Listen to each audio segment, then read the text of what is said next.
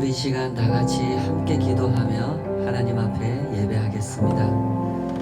아버지 하나님, 주의 높으신 이름 앞에 저희들이 모였습니다. 허락하신 하루하루를 살며 주님의 이름을 부르며 주님의 뜻을 구하고 그 뜻 안에 거하여 살아가기를 소원하고 소원하면서 그렇게 걸어왔습니다. 주님, 우리를 붙잡아 주시옵소서. 세상에서 들려오는 많은 소리들을 잘 분별케 하여 주시옵소서. 주님의 뜻과 세상의 뜻이 어떻게 다른지, 주님의 그 일하심과 세상에 추구하는 바가 어떻게 다른지 잘 분별케 하시고 언제나 주님과 동행하는 저희들의 한 걸음 한 걸음 되게 하여 주시옵소서.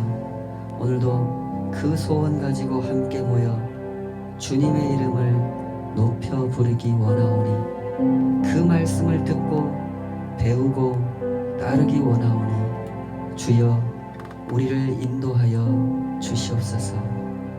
예수님의 이름으로 기도하옵나이다. 아멘. 사랑하는 나의 아버지, 함께 고백하십시다.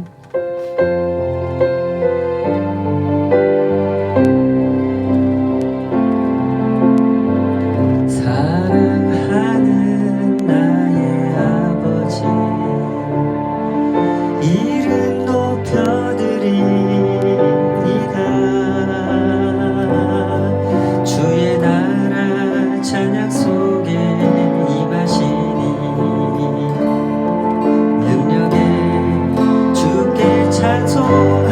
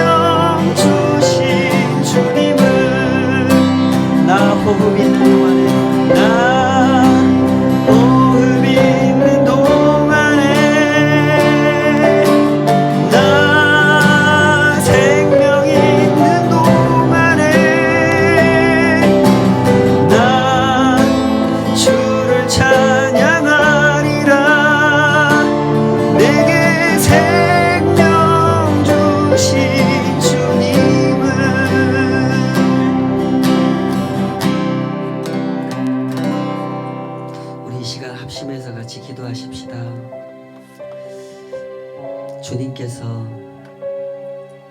깨어 기도할 것을 당부하시고 또 당부하셨습니다.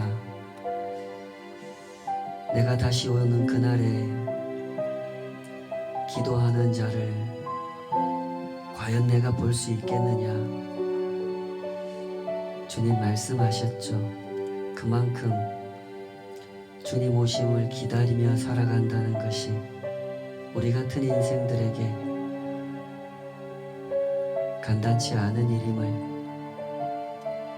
그만큼 우리의 믿음이 연약한 것을 주님께서 아셨기 때문에 하신 말씀이었죠. 우리는 자꾸만 이 땅에서 무엇인가를 기대하려 합니다. 조금 더 사는 형편이 나아지고, 조금 더 즐길 수 있는 것이 많아지고, 조금 더 자랑할 거리가 많아지고, 새로운 지도자가 생기고, 환경이 변하면 여기서 무엇인가 천국을 이룰 것이라고 참 어리석은 기대를 하면서 살아갑니다. 주님의 백성들까지도 그런 기대에 휩쓸릴 때가 많지요.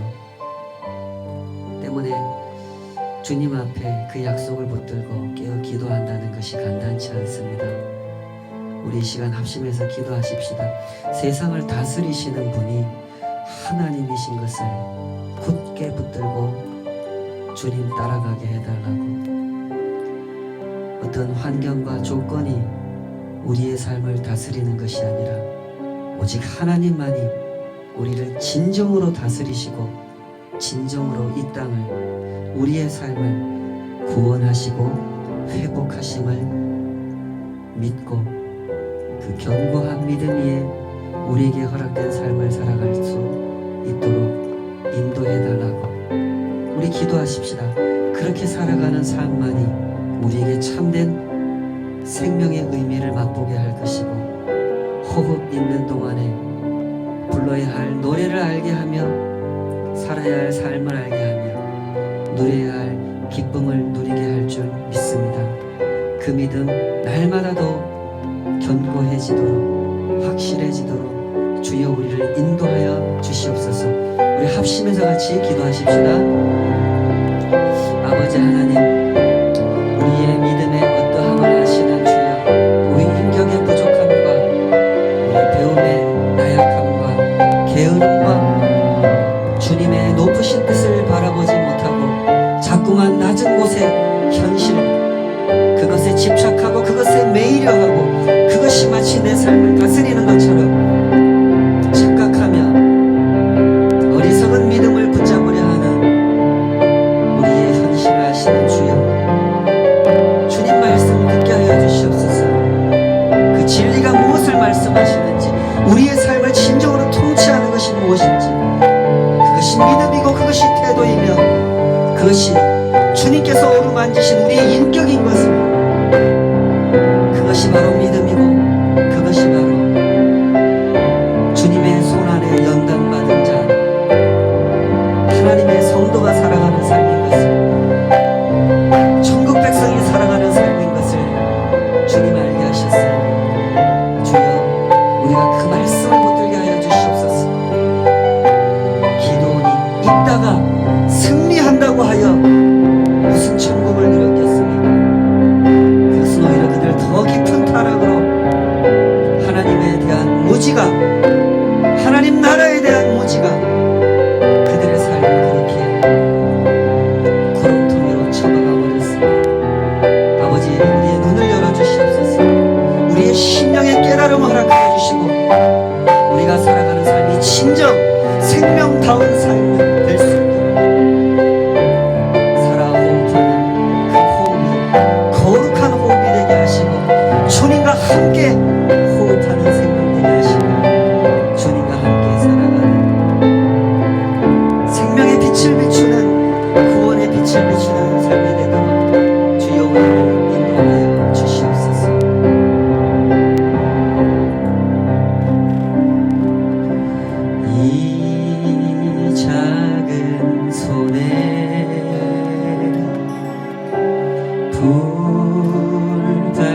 받들고서 이 세상 다시 오시는 내 주님을 맞으리. 내 무거운 짐 다 벗겨주시며 그 아름다운 금연류관 날 위해 예비하시니 나 호흡 있는 동안에 나 생명 있는 동안에 나 주를 찬양하리라. 내게 생명 주신 주님을 나 호흡 있는 동안에 나 생명 있는 동안에 나 주를 찬양하리라. 내게 생명 주신 주님을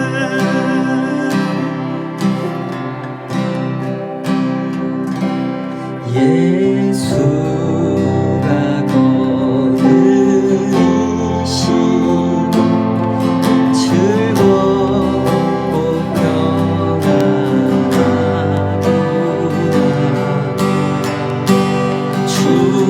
주야의 자고 깨는 것 예수가 거느리시네. 주 날 항상 돌보시고 날 친히 거느리시네. 주 날 항상 돌보시고 날 친히 거느리시네.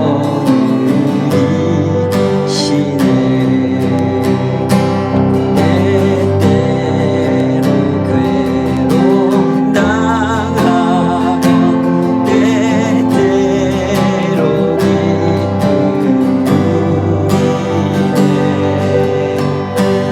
품 가주고 거느리고 평안할 때 거느리네. 주 날 항상 돌보시고 날 친히 거느리시네. 주 날 항상 돌보시고 날 친히 거느리시네.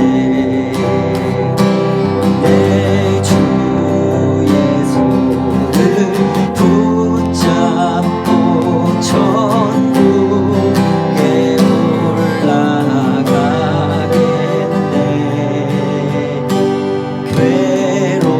괴로우나 즐거우나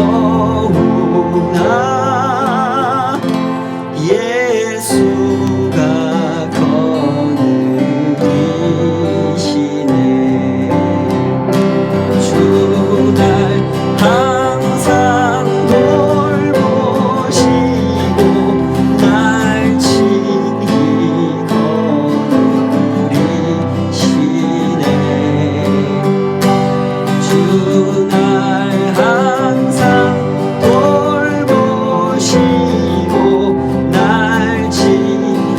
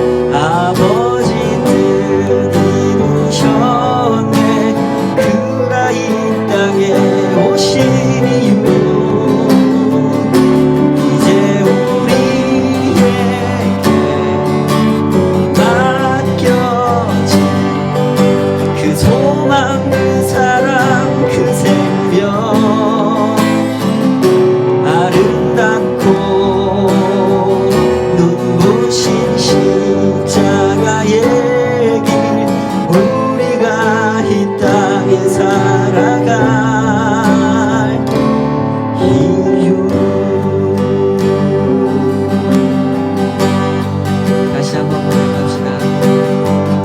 이 세상 가장 아름다운 순종의 눈물 온 세상 다시 빛나게 한 생명의 눈물 그가 이 땅에 오신 이유 죽어야 살게 되고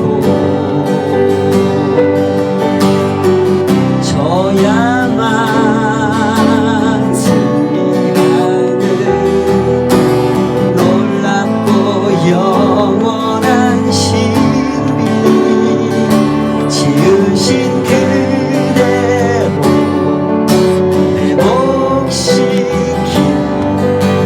우리의 창조주 그리스도 십자가의 길로 아버지 뜻 이루셨네 그가 이 땅에 오신 이유 이제 우리에게 맡겨진 그 소망 그 사랑 그 생명 아름답고 눈부신 십자가의 길 우리가 이 땅에 살아갈 이유 지으신 그대로 지으신 그대로 회복시킨 우리의 창조주 그리스도 십자가의 길로 아버지 뜻 이루셨네 그가 이 땅에 오신 이유 이제 우리에게 맡겨진 그 소망 그 사랑 그 생명 아름답고 눈부신 십자가의 길 우리가 이 땅에 살아갈 이유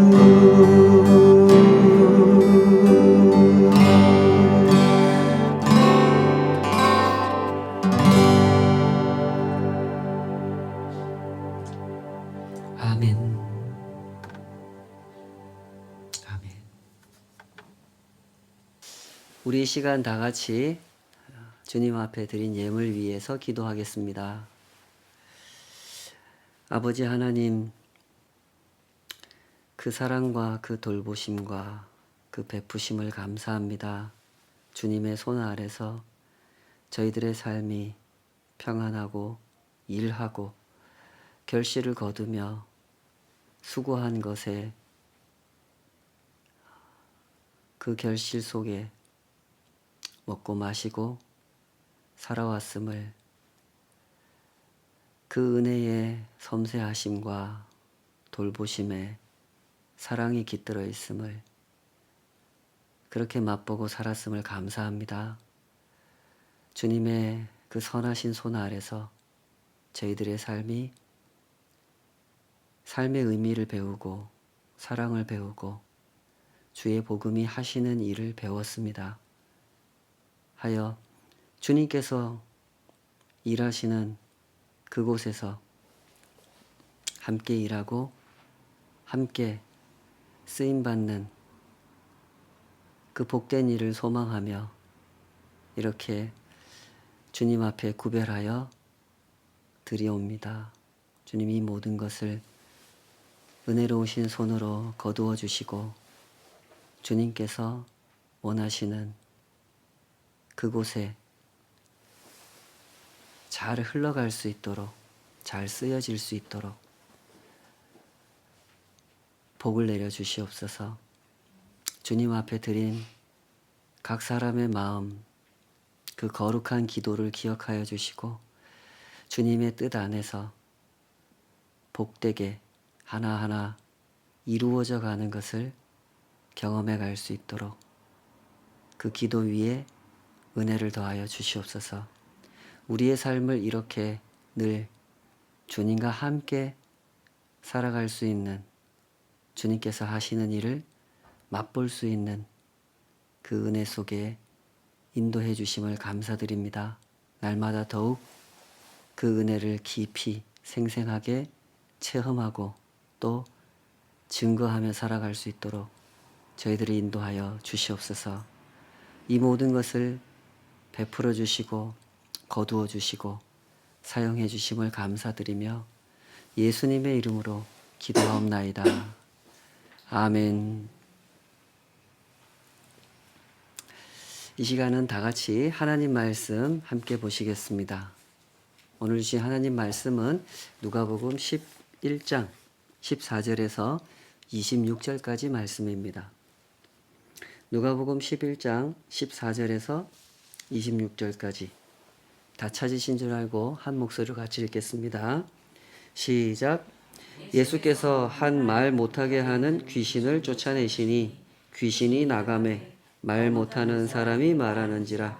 무리들이 놀랍게 여겼으나 그 중에 더러는 말하기를 그가 귀신의 왕 바알세불을 힘입어 귀신을 쫓아낸다 하고, 또 더러는 예수를 시험하여 하늘로부터 오는 표적을 구하니 예수께서 그들의 생각을 아시고 이르시되 스스로 분쟁하는 나라마다 황폐하여지며 스스로 분쟁하는 집은 무너지느니라. 너희 말이 내가 바알세불을 힘입어 귀신을 쫓아낸다 하니 만일 사탄이 스스로 분쟁하면 그의 나라가 어떻게 서겠느냐. 내가 바알세불을 힘입어 귀신을 쫓아내면 너희 아들들은 누구를 힘입어 쫓아내느냐. 그러므로 그들이 너희 재판관이 되리라. 내가 만일 하나님의 손을 힘입어 귀신을 쫓아낸다면 하나님의 나라가 이미 너희에게 임하였느니라. 강한 자가 무장을 하고 자기 집을 지킬 때에는 그 소유가 안전하되, 더 강한 자가 와서 그를 굴복시킬 때에는 그가 믿던 무장을 빼앗고 그의 재물을 나누느니라.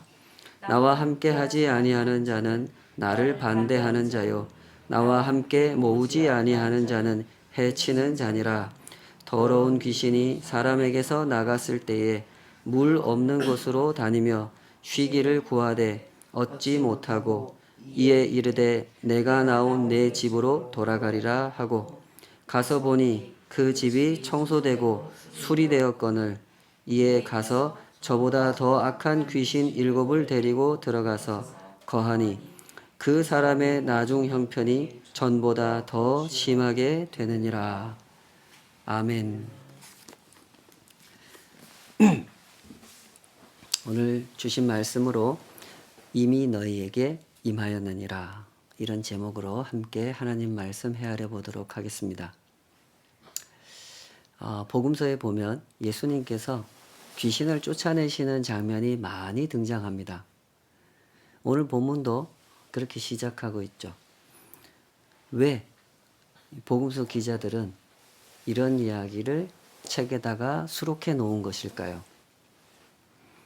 예수님의 능력을 자랑하려고 기록했을까요? 그런 것이 아니라는 것 정도는 이제 다 아실 겁니다. 하나님이 사람에게 자신의 능력을 과시하고 자랑해가지고 그거 어디다 쓰겠습니까? 그런 걸 하려고 성경에다 기록하는 게 아닙니다. 참된 신앙이라고 하는 것은 하나님과 사람의 올바른 관계라고 하는 것은 하나님이 사람을 상대로 마술적인 능력을 보여주고 초능력을 보여주고 그런 힘을 이용해서 사람들을 끌어당기고 사람들을 마음대로 지배하는 그런 것이 아닙니다. 참된 신앙이라고 하는 것은 하나님의 하나님 되심을 올바로 알게 해주고 사람은 또 그것을 올바로 경험함으로써 하나님과 올바른 관계를 회복하여 살아가는 것, 그것이 참된 신앙인 거죠. 그래서 우리에겐 이 질문이 필요합니다. 복음서 기자들이 왜 예수님께서 귀신 쫓아내신 이야기를 이렇게 많이 들려주는가 하는 질문이 필요하죠. 이 질문은 오늘 본문을 이해하는 데 아주 중요한 도움이 되기 때문에 꼭 이 질문을 짚고 넘어가도록 그렇게 생각을 했습니다. 한번 들어보십시오. 예수님께서 귀신을 쫓아내셨다라고 하는 것은요, 스가랴 선지자를 통해서 주신 하나님의 말씀과 깊은 관련이 있습니다. 스가랴 선지자 기억나십니까? 예, 학개, 스가랴, 말라기, 구약성경 제일 끝에 나와 있죠. 학개 선지자와 더불어 귀환자들에게 하나님 말씀을 전한 선지자였습니다. 바벨론에게 멸망을 당한 후에 유다가 기원전 586년에 멸망당하지 않습니까? 포로로 끌려가죠. 70년 뒤에 돌아옵니다. 1차, 2차, 3차에 걸쳐서 돌아오죠. 1차 귀환의 지도자가 스룹바벨, 2차 귀환의 지도자가 에스라, 3차 귀환의 지도자가 느헤미야였죠. 1차 귀환 시기에 스룹바벨이 이 유다의 총독으로서 다시 이스라엘 공동체를 재건하려고 할 때 그때 활동했던 선지자 그들이 학개 스가랴였죠. 돌아온 이 사람들이 유다 땅에 돌아와 가지고 제일 먼저 착수한 일이 있었죠. 그게 성전을 짓는 일이었습니다. 그래서 성전 재건에 총력을 기울이죠. 왜냐하면 귀환한 이스라엘 백성들한테는 뭐가 제일 중요하냐면 자신들의 정체성을 회복하는 게 제일 중요해요. 우리가 누구냐? 우리 하나님의 백성이다. 우리가 왜 바벨론의 삶의 터전을 놔두고 이 예루살렘으로 유다 땅으로 다시 돌아왔느냐? 이 황무지 같은 땅에 다 파괴되어 버린 땅에 왜 돌아왔느냐 하면 우리는 하나님의 백성이니까.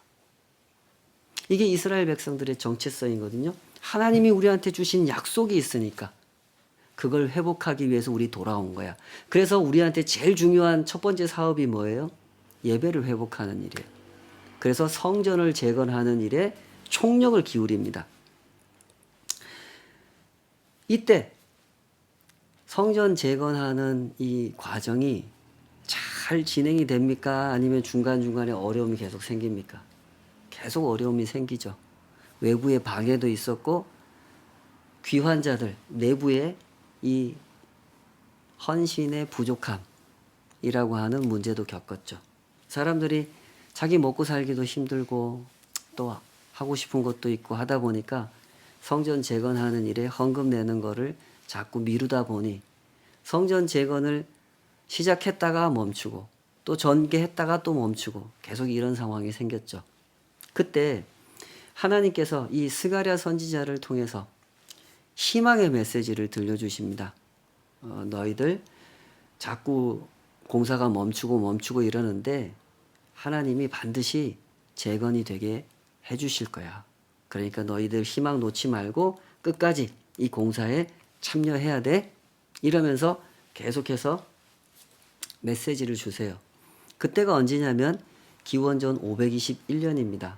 다리오 왕 제2년 이러면서 스가랴서 학개서가 시작하지 않습니까? 그때가 기원전 521년이에요. 근데 하나님께서 희망의 메시지를 주시는 맥락에서 단순히 성전 재건될 거야 이걸로 끝내는 게 아니라 하나님과 하나님의 백성들의 관계가 온전히 회복될 것이라는 그림을 그려주세요. 그 맥락에서 주신 말씀이 이 말씀입니다. 제가 읽어볼게요. 스가랴 13장 1절 2절입니다.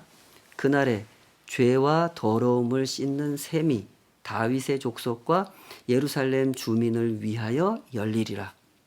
만군의 여호와가 말하노라. 그날에 내가 우상의 이름을 이 땅에서 끊어서 기억도 되지 못하게 할 것이며 거짓 선지자와 더러운 귀신을 이 땅에서 떠나게 할 것이라. 선지자들이 그날이라고 하는 이 표현은요. 성경 다른 곳에서는 종말이라고 표현하기도 합니다. 오늘날 이 종말이라 그러면 너무나 이상하게 그 개념이 세상에 유포되어 있어서 이 잘못된 개념을 가지고 종말 사람들이 말을 하기 때문에 많은 신학자들이, 목회자들이 이 잘못 유포된 개념을 바로잡기 위해서 많은 노력을 하고 있어요. 그러나 그럼에도 불구하고 이 잘 고쳐지지 않는 현실 속에서 우리가 살아가고 있죠. 그러니 이럴 때 잘 들으시고 잘 기억하시면 좋겠습니다.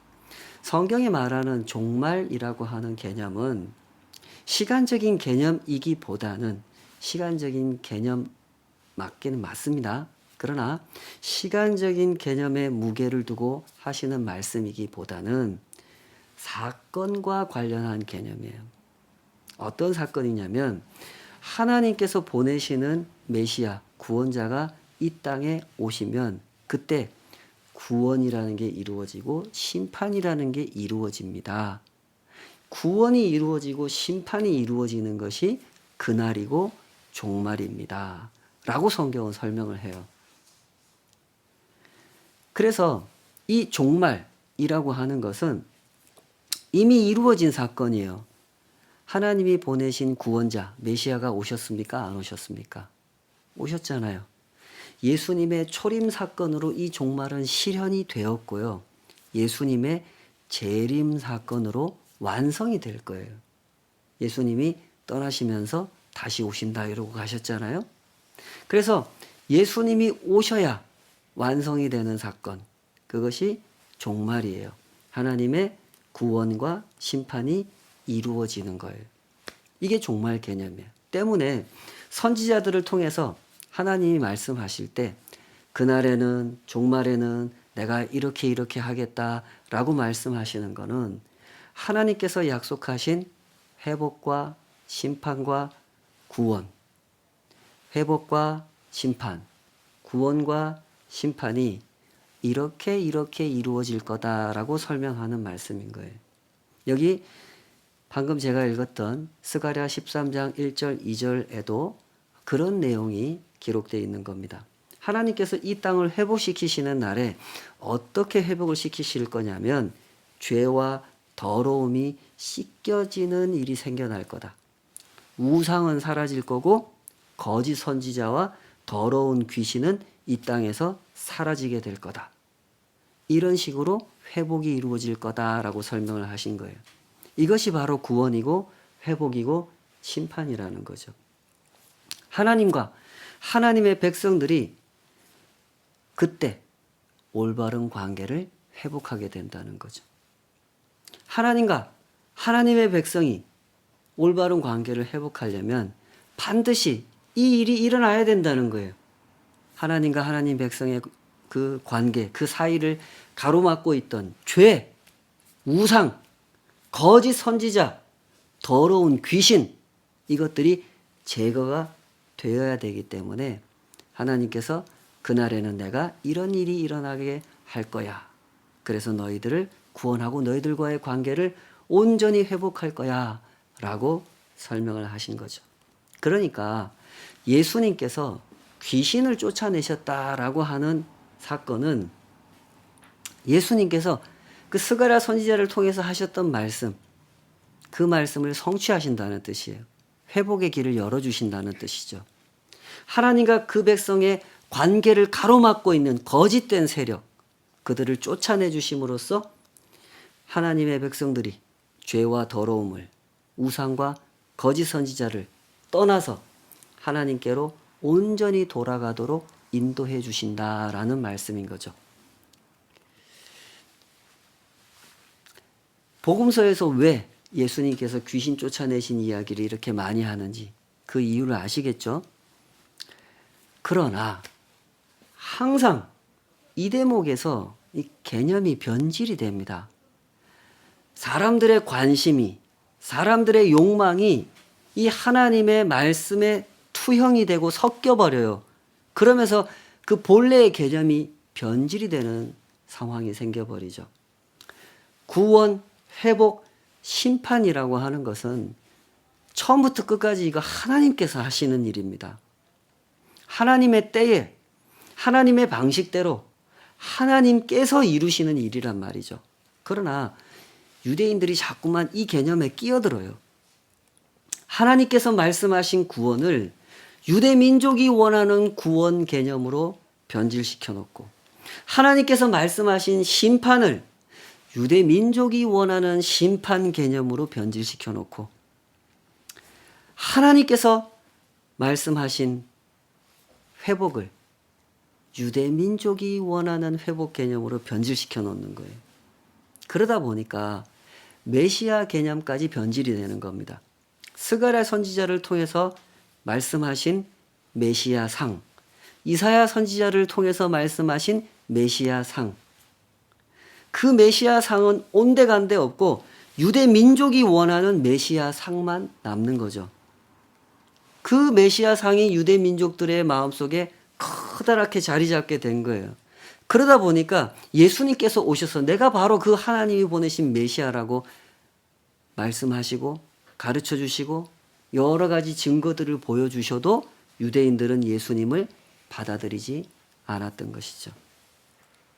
죄와 더러움을 씻어주시고 우상을 사라지게 만들고 거짓 선지자와 더러운 귀신을 쫓아내심으로써 하나님의 백성들이 하나님께 돌아오도록 회복의 문을 활짝 열어주신 메시아, 그 예수님을 거절하고 유대인들이 원하는 메시아는 어떤 메시아입니까? 군사적인 메시아. 저 로마를 물리쳐내고 유대 민족의 독립 정부를 세우는 메시아상, 그 메시아를 원하기 때문에 예수님을 거부했던 거죠. 예수님께서 오늘 이 귀신을 쫓아내신 그 현장에서도 이렇게 말도 안 되는 그 반응을 보인 유대인들이 있었지 않습니까? 어떤 사람들은 놀라는데 어떤 사람은 막 비난을 해요. 이거 귀신의 힘을 빌려서 귀신을 쫓아내는 거다. 이런 말도 안 되는 소리를 한단 말이죠. 왜 이런 반응을 보이느냐? 예수님 같은 메시아를 원하지 않았거든요. 그래서 그렇게 반응하는 거죠. 유대인들이 만약에 그 당시에 성경을 올바로 알고 있었다면, 성경이 가르쳐주는 올바른 구원 개념, 올바른 심판 개념을 제대로 가지고 있었다면 예수님께서 귀신을 쫓아내셨을 때 감탄을 했겠죠. 야, 예수님이 지금 스가랴 선지자를 통해서 하신 말씀을 성취해 보여주고 계시는 거구나 하면서 예수님을 주목했을 거예요. 그러면서 물었겠죠. 예수님, 우리 어떻게 해야 됩니까? 우리 하나님께로 온전히 돌아가고 싶습니다. 예수님 가르쳐 주십시오. 이러면서 가르침을 요청했겠죠. 그러나 그들의 반응은 이상하다 못해 무례합니다. 어떻게 반응합니까? 우리 그 대목 다시 한번 읽어봅시다. 누가복음 11장 14절에서 16절, 14절에서 16절 우리 다시 한번 읽어봅시다. 시작. 예수께서 한 말 못하게 하는 귀신을 쫓아내시니 귀신이 나가매 말 못하는 사람이 말하는지라. 무리들이 놀랍게 여겼으나 그 중에 더러는 말하기를 그가 귀신의 왕 바알세불을 힘입어 귀신을 쫓아낸다 하고, 또 더러는 예수를 시험하여 하늘로부터 오는 표적을 구하니. 말도 안 되는 주장을 하죠. 귀신을 이용해서 귀신을 쫓아낸 거다. 그런 거 말고 우리가 인정할 수 있는 표적을 보여보세요.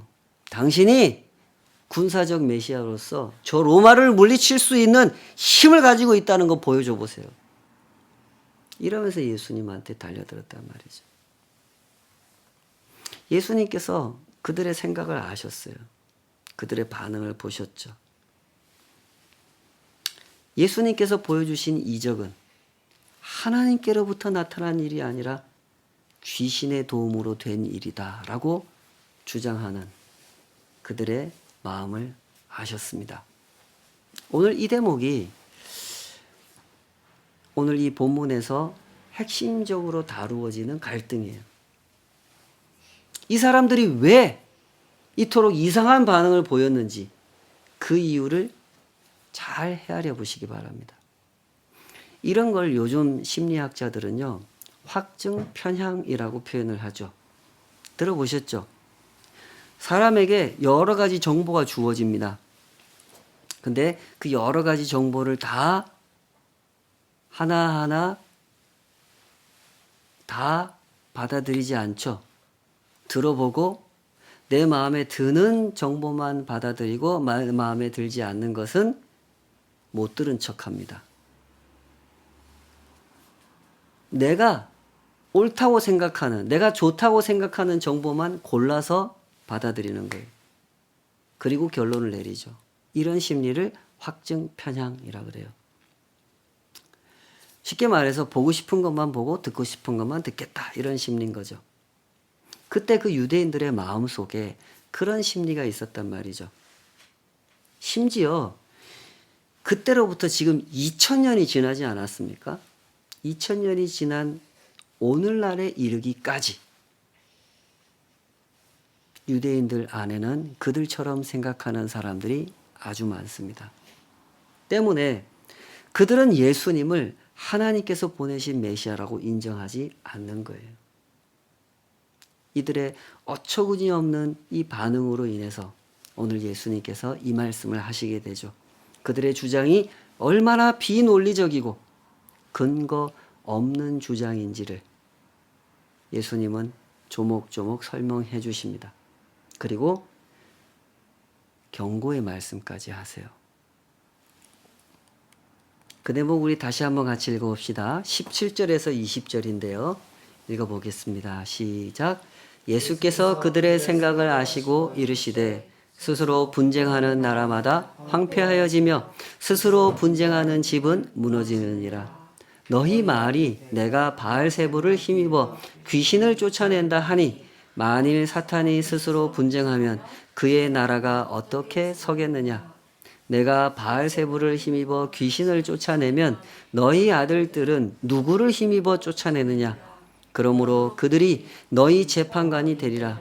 그러나 내가 만일 하나님의 손을 힘입어 귀신을 쫓아낸다면 하나님의 나라가 이미 너희에게 임하였느니라. 말씀하신 그대로예요. 그들의 주장은 너무나도 비논리적이에요. 사탄끼리 서로 싸우면 어떻게 되겠습니까? 그 집안은 망하는 거예요. 그러니 생각이 있는 사탄이라면 절대로 사탄끼리 싸우지 않습니다. 절대로 자기들끼리 쫓아내고 이러지 않는단 말이죠. 그리고 예수님이 아주 중요한 말씀하세요. 너희들의 주장에는 근거도 없고 논리적이지도 않다. 그거 확인되지 않았냐. 그렇다면 내가 하나님의 손을 힘입어 귀신을 쫓아냈다라는 결론이 도출되지 않느냐. 그렇다면 잘 들어라. 하나님의 나라가 이미 너희에게 임한 거다. 하나님의 나라가 이미 너희에게 임했다. 이 말씀은 그런 뜻이에요. 너희들도 스가랴 선지자를 통하여 하신 말씀을 들어보았겠지. 자 봐라. 하나님의 나라가 너희에게 임했다. 하나님께서 나를 통해 귀신을 쫓아내셨으니 하나님의 나라가 너희에게 임한 거다. 그러니 이제 어떻게 하라는 겁니까? 예수님께서 열어놓으신 회복의 문으로 들어오라는 거예요. 죄를 버리고 우상을 버리고 거짓 선지자를 떠나 하나님께로 돌아오라는 거예요. 그 말씀을 제가 좀 더 읽어볼게요. 23절에서 26절. 나와 함께 하지 아니하는 자는 나를 반대하는 자요 나와 함께 모으지 아니하는 자는 해치는 자니라.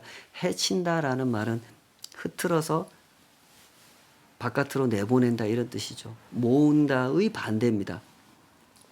더러운 귀신이 사람에게서 나갔을 때에 물 없는 곳으로 다니며 쉬기를 구하되 얻지 못하고 이에 이르되 내가 나온 내 집으로 돌아가리라 하고 가서 보니 그 집이 청소되고 수리되었거늘 이에 가서 저보다 더 악한 귀신 7을 데리고 들어가서 거하니 그 사람의 나중 형편이 전보다 더 심하게 되느니라. 이러죠. 여러분 이 말씀이 얼마나 심각한 말씀인지 잘 보시기 바랍니다. 예수님께서 그들을 향해서 나와 함께 하지 아니하는 자는 나를 반대하는 자다. 나와 함께 모으지 아니하는 자는 해치는 자다. 이렇게 말씀하셨어요. 이 말씀은요, 단순히 겁을 주려고 하신 말씀이 아니에요.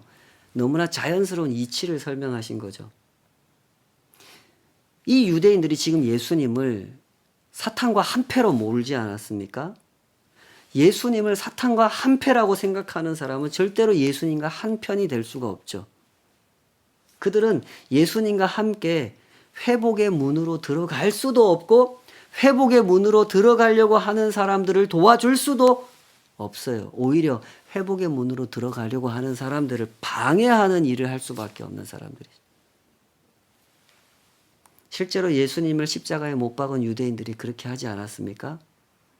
사람들이 제자들의 설교를 듣고 교회로 모이려고 할 때 제자들을 박해하고 교인들을 박해하고 그러지 않았습니까? 때문에 예수님께서 이 말씀을 들려주신 거예요. 예수님께서 귀신을 다 쫓아내서 그 집을 깨끗하게 만들어 주셨어요.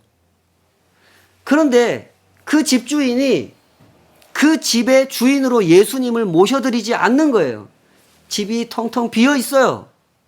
그러니 쫓겨났던 귀신이 그 다음에 어떻게 해요? 이 집 비어 있네? 아직도 비어 있네? 그러면 우리 다시 들어가자. 예전보다 더 많은 귀신 모아가지고 그 집 들어가자. 그러면 그 집 형편이 뭐가 되겠느냐? 예수님이 이 얘기를 왜 하신 거겠어요? 이 집이 바로 유대인이에요. 유대 사회예요. 예수님께서 유대인들의 사회 속에 오셔서 귀신을 쫓아내 주셨는데 이 사람들이 예수님을 그 집의 주인으로 모셔드리지 않고 그 집을 비워놓으니까 귀신들이 더 많이 들어와서 유대인들의 사회를 어지럽혀 놓았다. 유대인들의 형편이 이전의 형편보다 훨씬 더 나빠졌다. 이걸 어떻게 하겠냐라고 말씀하신 거죠. 실제로 유대인들의 역사가 그렇게 흘러가지 않습니까? 예수님을 거부한 후에, 예수님을 십자가에 못 박은 후에 유대인들의 삶은 어떻게 되었습니까? 그들은 계속해서 군사적인 메시아를 기다렸죠. 자신들이 원하는 메시아를 세워서 로마 제국을 상대로 전쟁을 벌립니다. 그것이 세계사에 기록된 유대 대반란이라고 하는 사건이죠. AD 66년에서 70년 사이에 4년 동안 줄곧 일어났던 반란 사건이에요. 이 반란이라는 표현은 이제 로마 제국의 입장에서 쓴 표현인 거죠. 4년 동안 계속 무력 항쟁을 했습니다. 군사적인 힘이 약했기 때문에 결국 로마 군대에 의해서 유대인들이 학살을 당하게 되죠. 성전도 파괴되고 그러면서 4년 만에 그 사건은 종결됩니다. 그러나 그 후에도 또다시 반란이 일어나요. 트라이아누스 황제 때도 일어나고 히드리아누스 황제 때도 일어납니다. 유대인들은 그렇게 살았어요. 예수님이 귀신을 쫓아내 주셨는데 회복의 문을 열어놓으셨는데 그 집을 계속 주인 없는 집으로 비워놓자 온갖 귀신과 거짓 선지자와 거짓된 정치 선동이 그들의 삶을 그렇게 망가뜨렸던 거죠. 그러나 그 사이에 주님의 교회는 예수님을 따르던 사람들은 어떻게 살았습니까? 예수님이 십자가에 못 박히시고 그러나 부활하셨고 승천하신 후에 성령을 보내셨고 제자들이 깨닫고 교회를 세우죠. 예수님의 제자들이 천국 복음을 전파하면서 죄를 버리고 우상을 버리고 거짓 선지자를 떠나고 귀신의 지배력으로부터 떠나 하나님께서 열어주신 회복의 문으로 들어오는 사람들을 예수님과 함께 성령님과 함께 한 사람 한 사람 하나님의 품으로 모으고 있을 그때에 예수님을 거절했던 유대인들은 계속해서 사람들을 흩어버렸단 말이죠. 예수님께서 열어놓으신 회복의 문으로 들어가지 못하도록 오히려 방해하는 삶을 살았죠. 로마 제국을 향해서 복수심을 키우도록 가르쳤고 군사적인 반란을 계속해서 일으키도록 충동했고 거짓 선지자들의 선동에 놀아났고 귀신들의 지배 아래 죄와 벗하며 민족의 번영이라고 하는 그 우상을 품고 살았죠. 그러느라고 하나님께서 약속하신 구원, 회복, 심판 그것이 성취되었으나 그것을 받아들이지 못했고 스스로 하나님의 구원 개념, 회복 개념, 심판 개념을 변질시킴으로써 유대인들은 그렇게 살 수밖에 없었던 거죠. 1974년에는 그런 일이 있었습니다. 제가 태어나기도 전인데요. 일본군 장교였던 오노다 히로라고 하는 사람이 있습니다. 들어보셨을 겁니다. 전쟁이 끝난 줄도 모르고 이 전쟁이 무슨 전쟁입니까? 2차 세계대전입니다. 1945년도 8월 15일 날 끝나지 않습니까? 근데 이 사람이요. 1974년까지 전쟁을 한 사람이에요. 전쟁이 끝난 줄도 모르고 이 사람이 1944년도에 배치받은 그 전쟁터가 필리핀의 루방섬이라는 데입니다. 거기서 29년 동안 홀로 전쟁을 치르다가 29년 만에 돌아오게 됩니다. 그게 1974년입니다. 29년이면 얼마나 오랜 시간입니까?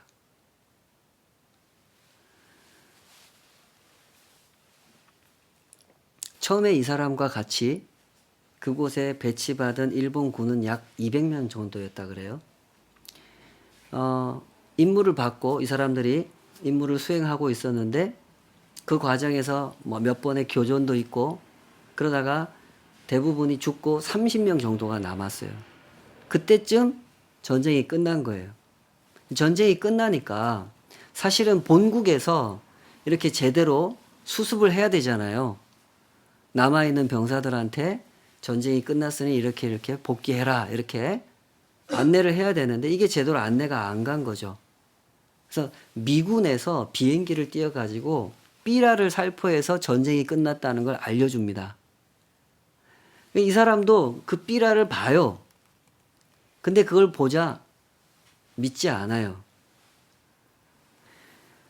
우리 일본군이 전쟁에서 패배했을 리가 없다.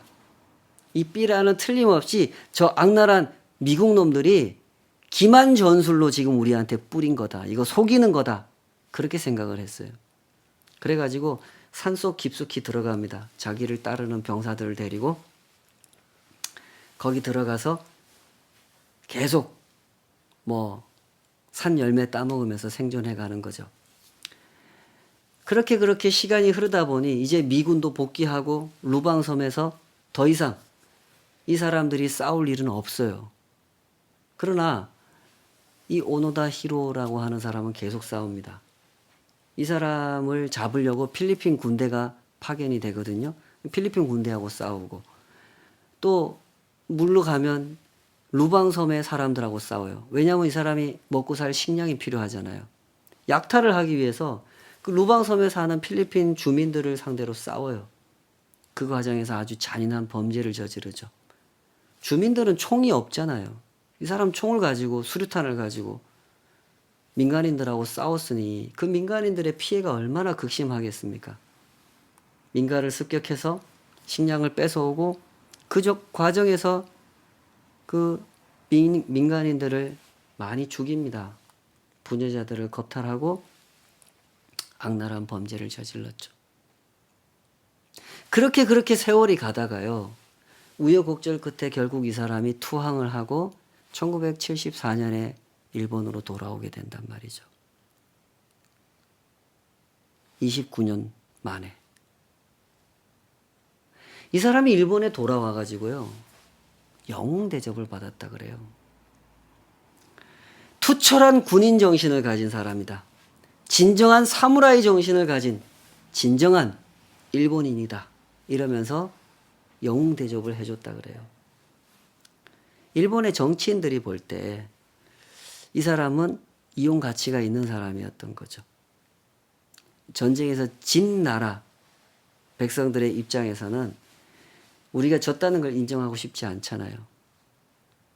뭔가 불합리한 구조 속에서 우리가 진 것처럼 됐지만 사실은 우리는 이길 수 있었고 이겨야 하고 이길 거다 이런 거를 자꾸 부추기고 싶은 거죠. 그런 정치인들이 이 사람을 영웅으로 만들었던 거죠. 그러나 우리 솔직하게 생각해 보십시다. 어째서 이 사람이 영웅입니까? 그 사람은 민간인을 학살하고 약탈한 범죄자입니다. 그 사람은 아주 잘못된 믿음을 가졌던 사람이고 그 믿음을 고집했고 그 믿음을 지키기 위해서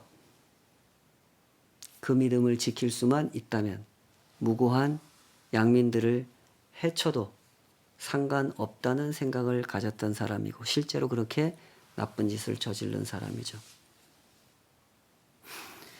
어쩌면 그 사람도 피해자라고 할 수 있을지도 모르겠습니다. 잘못된 믿음을 가지고 살아가도록 일본 황제로부터 일본군 지도자들로부터 훈련받고 교육받은 대로 살다가 전쟁이 끝난 줄도 모르고 그렇게 29년 동안이나 인생을 허비한 사람이니 죄를 많이 짓고 산 사람이니 그런 면에서 보면 그도 피해자라고 할 수 있을지도 모르겠습니다. 중요한 것은 이것이죠. 사람의 삶은 이렇게 전개된다는 겁니다. 내가 어떤 나라에 소속되느냐에 따라 어떤 믿음을 소유하게 되는지에 따라 사람은 다른 삶을 살게 됩니다. 우리에게 하나님 나라가 왜 중요합니까? 하나님 나라를 올바로 아는 것이 왜 중요합니까? 내가 어떤 나라에 소속되느냐에 따라 어떤 믿음을 소유하게 되는지가 결정되기 때문에 그래요. 어떤 믿음을 소유하느냐에 따라 그 사람이 치르는 전쟁이 달라지는 거고요. 그 사람이 살아가는 삶이 달라지는 거예요. 오노다 히로의 삶이 그렇게 왜곡되고 죄 많은 삶으로 전개될 수밖에 없었던 이유가 뭡니까? 그릇된 야망을 품은 나라에 속하여 그 나라에서 교육받았고 그 나라에서 심어주는 믿음을 품었던 거죠. 그리하여 그토록 잔인한 전쟁을 치렀던 거고 그토록 왜곡된 삶을 그토록 어리석은 모습으로 살 수밖에 없었던 거죠. 예수님께서는 그때 그 유대인들을 향하여 이렇게 말씀하셨습니다. 내가 만일 하나님의 손을 힘입어 귀신을 쫓아냈다면 하나님의 나라가 이미 너희에게 임하였느니라. 잘못된 믿음을 소유한 사람들, 하나님 나라를 오해한 사람들에게 예수님은 이렇게 일침을 가하셨습니다. 보고도 모르겠느냐. 하나님의 나라가 이미 너희에게 임하였느니라. 언제까지 그 잘못된 믿음을 고집할 것이냐. 언제까지 그렇게 왜곡된 삶을 지속할 것이냐. 군사적인 힘으로 일으켜 세울 수 있는 나라. 그 나라는 하나님의 나라가 아니니라. 내가 귀신을 쫓아냈고 회복의 문을 열어놓았으니 이제 거기로 들어가라. 하나님의 나라가 이미 임하였느니라. 여러분, 믿음은 귀한 것입니다. 믿음은 무거운 것입니다. 귀하고 무겁기 때문에 언제나 점검되어야 하는 것이 믿음입니다. 내가 믿고 싶은 것을 믿고 사는지, 하나님께서 믿으라고 하는 것을 믿고 사는지 점검되어야 하는 것이죠. 그때 그 유대인들은, 그리고 지금도 대다수의 유대인들은 이 부분에서 실패했고 실패하고 있죠. 내가 믿고 싶은 것을 믿으면서도 그들은 생각하기를 하나님께서 믿으라고 하는 것을 믿고 있는 거라고 고집했죠.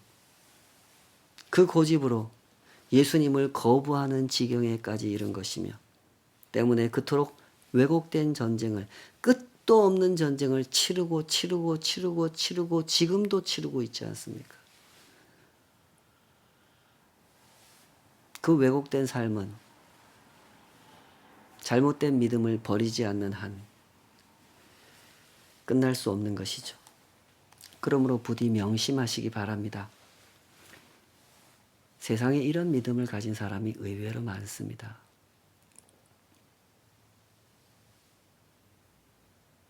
하나님께서 믿으라고 하시는 대로 믿는 믿음이 아니라 내가 믿고 싶은 대로 믿는 믿음을 가진 사람들. 이런 사람들은 때로 세상에서 영웅 대접을 받기도 합니다. 정치와 결탁하면서 민족 감정과 결탁하면서 그들은 영웅으로 둔갑을 합니다. 하나님을 필요로 하는 사람들에게 상처를 줬으면서도 하나님께서 열어놓으신 회복의 문으로 들어오려고 하는 사람들을 가로막으면서 괴롭혔으면서도 그들은 그렇게 일부 사람들에게 영웅 대접을 받았죠.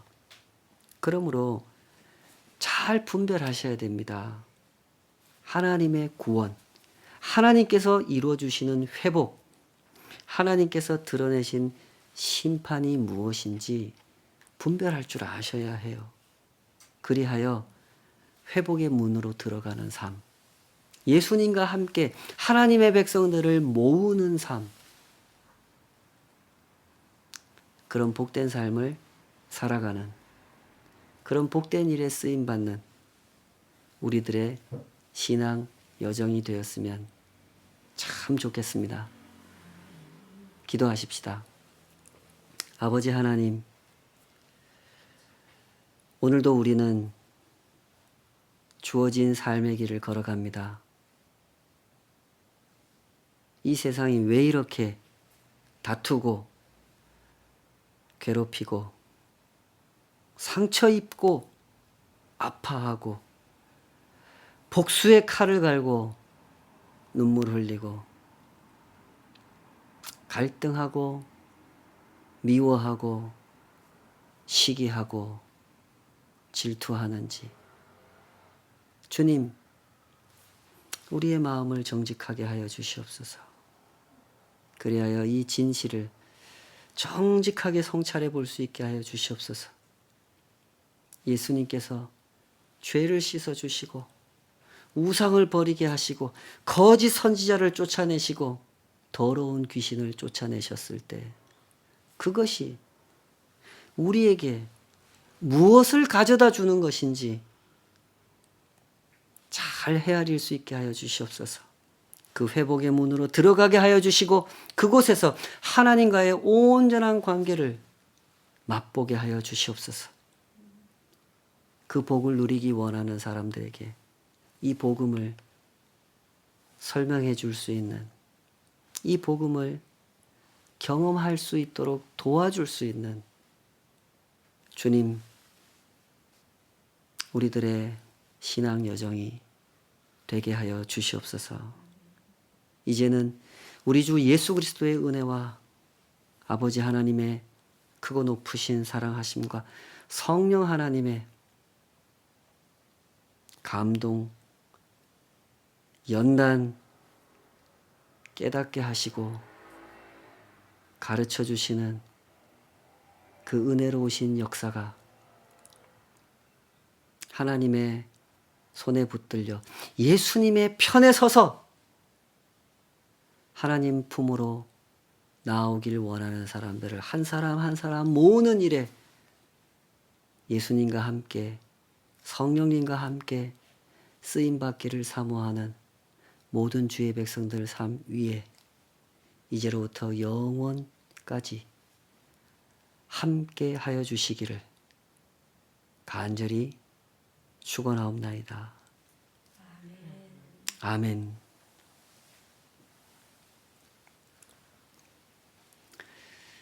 감사합니다. 예, 오늘 말씀이 좀 어렵게 들리시지 않으셨는지 모르겠네요. 하나님께서 우리를 얼마나 복된 길로 부르셨는지 하나하나 더 선명하게 알아가고 누리고 또 그렇게 쓰임받는 우리들의 신앙생활이 됐으면 좋겠습니다. 예, 한 주간도 말씀 열심히 사모하시고 잘 배우시고 기도의 순례길을 열심히 걸어가면서 우리 또 잘 격려하면서 같이 걸어갔으면 좋겠습니다. 늘 마음을 모아주시고 물심양면으로 함께 해주시는 성도님들께 감사드립니다. 또 뵙겠습니다. 화이팅입니다.